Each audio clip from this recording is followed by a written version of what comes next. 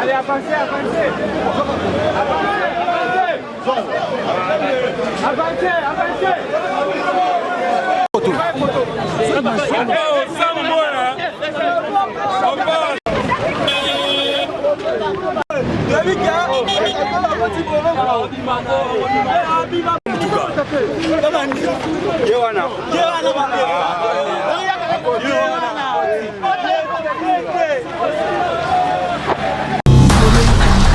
Chers amis internautes, à travers www.alelo-news10.com avec l'Imbokati de la presse Julien Botatata Lelo, ainsi bah image tout bozomo na wana tout ça on a grande instance à Gombe précisément à Kinshasa et si quoi peut événement Mambuto ezali tout ça pena Chaka Congo au pays Mbote Chaka Congo.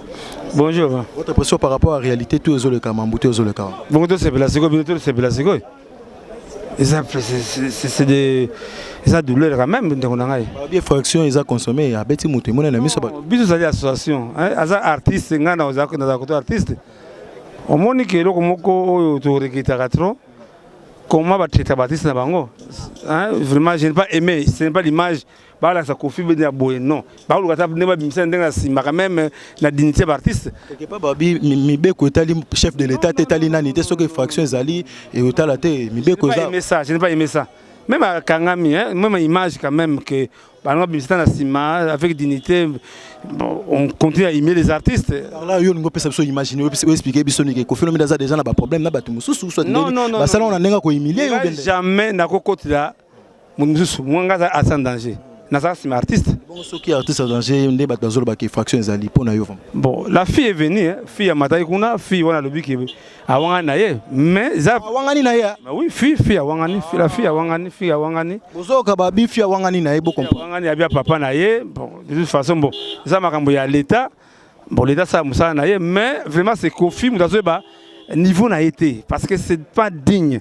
Hein, on a n'arrive Kofi dimanche passé, te sourire naïe. À chaque Congo, on m'a bat passer, mais il faut y aller niveau ça la nango. Hein, Kofi c'est un grand. T'as moi qu'à coup de pied on a Betty et Bimilengambo. Mais ce qu'on y peut ça va parce que c'est pas Kofi qui fait ça. Les autres artistes passent à la nango. Les unes de que Tchako Sekate. Ils ont fait Tchako Sekate. Si on n'est qu'au film de Kébé, bah tout ça bang partout dans le monde, les États-Unis, la Guinée, Conakry, à Londres et pas Babel, Dingang bang bah Kofi a qui est wapi au juste. À quelle prison? À quelle prison makala? À quelle prison makala? À quelle prison makala? Bah salut bah solo li on ndenge nini? Bah kateli au ben. Ça soum ma paix bah balandelango bah avocat bah balandela bah ça c'était bah condamné. Il n'est pas encore condamné. Donc Kofi na prison makala. À quelle prison? Quelle prison? Était peut-être abisso artiste c'est un monde coupé il est la raté était abisso.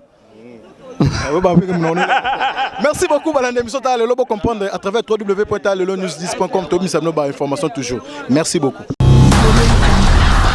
Tantine botalata la nami mawetu bazolu kabaye ba information ko Kofi Olomide zandeni quand nazo bandela l'Imbokati de la presse a en grande instance na Kinshasa et sika bitoza ko mona ba image tout Kofi Olomide accueilli prison mais dossier na ezali en cours nan ba katelete mais toza pe na ba kinois ba congolais c'est-à-dire que bazo pe impression par rapport à la réalité tout le kimbote mbote ba otalo partout dans le monde na ibita impression ezani par rapport à la réalité tout ezolo kama ba Kofi Olomide impression ngezali tout le monde a confié à tout le monde. Mais les acteurs ils ont présenté qui a dans monde de la musique. Nous avons dit que nous avons rebellé non. Amitié on a place na yé attaque Kofi Olomide. Et les acteurs posaka ils ont ramabé. Posaka ou bien posé. Posaka Diego musique. Diego musique. Abeta Diego musique dans hôtel.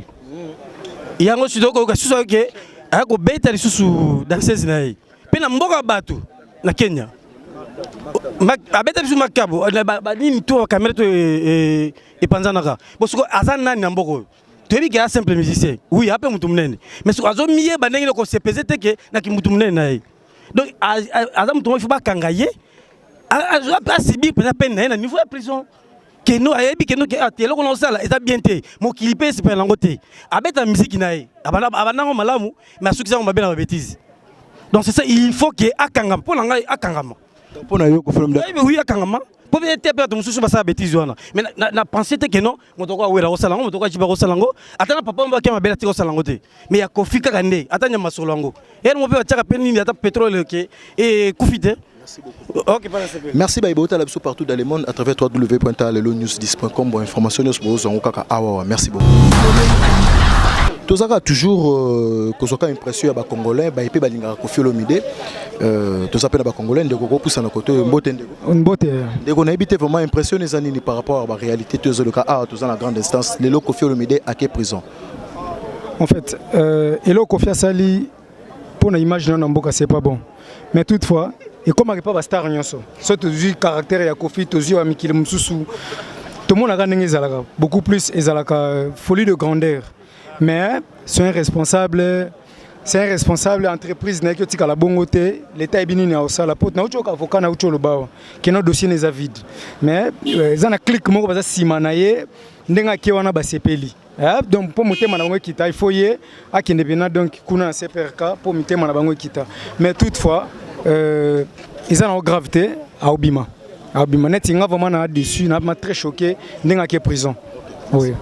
Merci beaucoup. On comprend que Bandego Moussou va choquer Makasi parce que l'artiste na bango il compte ou défendre des drapeaux yambo canabiso Koffi Olomide à quelle prison mais nabi qui est continuons avec Daryl Diwantès ça et pourquoi pas na ba tout ba Hollande biso partout dans le monde na chaîne na biso pe Moussou les Garakuna et pas Yves Mavambu en tout cas na peso bambote vraiment avec B Image TV Bundes Image. Merci beaucoup vraiment Mama Titi Pedo. C'est toute la question que nous posons également. Les faits se sont déroulés à l'aéroport Jomo Kenyatta au Kenya.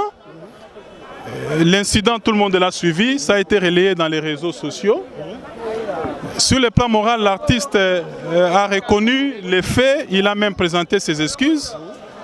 C'est vrai qu'un artiste de son rang, tout le monde lui reproche d'avoir réagi ainsi, brutalement. Mais sur le plan des droits, il se pose un problème. Est-ce qu'il y a eu infraction ou pas? On lui reproche les coups et blessures volontaires, mais nous disons qu'il n'y a pas coups et blessures volontaires pour la simple raison que la vidéo qui est véhiculée montre bien que les coups de pied n'avaient jamais atteint la fille. De deux, il y a une vidéo de la fille qui démontre bien par ses propres déclarations qu'elle n'a pas été atteinte par les coups de pied de Koffi Olomide. Si la victime elle-même a enregistré une vidéo pour démontrer qu'elle n'a jamais été victimisée, n'a jamais été atteinte, nous nous posons la question, qu'est-ce que nous sommes venus faire ici avec Koffi si ce n'est de l'acharnement sur sa personne?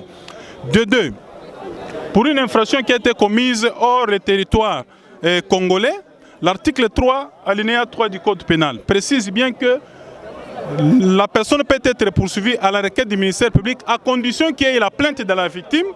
De deux, à condition qu'il y ait dénonciation de l'autorité judiciaire du pays où l'infraction a été commise.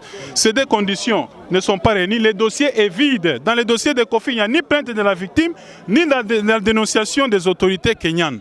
Ce qui se passe actuellement pour Koffi Olomide, je vous dis que c'est de l'acharnement sur sa personne. Ça, c'est la véritable chasse à l'homme. De deux, nous avons connu de par le monde certains artistes, parce que n'oublions pas que c'est un humain. Il est soumis aussi à des inclinations sensibles. Ça peut arriver. On l'a vu en France, Zidane a donné un coup de boule à un de ses coéquipiers. N'est-ce pas? N'est-ce pas que c'est aussi un coup et blessure volontaire? Est-ce qu'on avait fait des Zidane ce que vous avez fait de Koffi aujourd'hui? Il a été reçu par le président français, il a demandé que toute la nation française les pardonne, ça peut arriver, il était dépassé.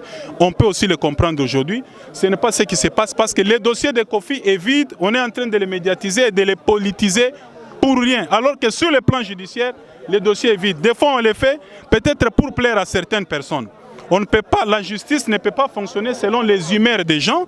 La justice n'a pas d'âme. La justice, ce n'est pas tous les rumeurs, tout ce que les gens racontent à gauche, à droite sur les réseaux sociaux, ainsi de suite. On ne peut pas se saisir de la personne parce que telle ou telle autre personne a crié, alors que sur le plan des droits, il n'y a pas infraction.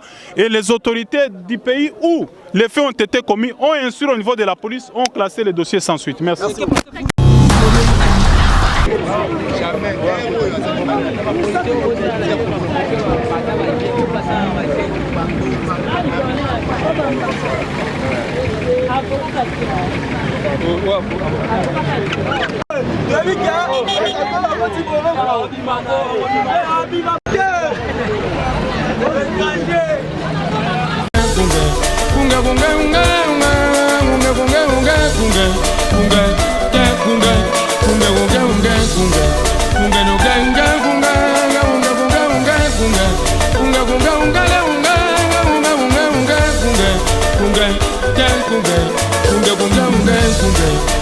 Kunga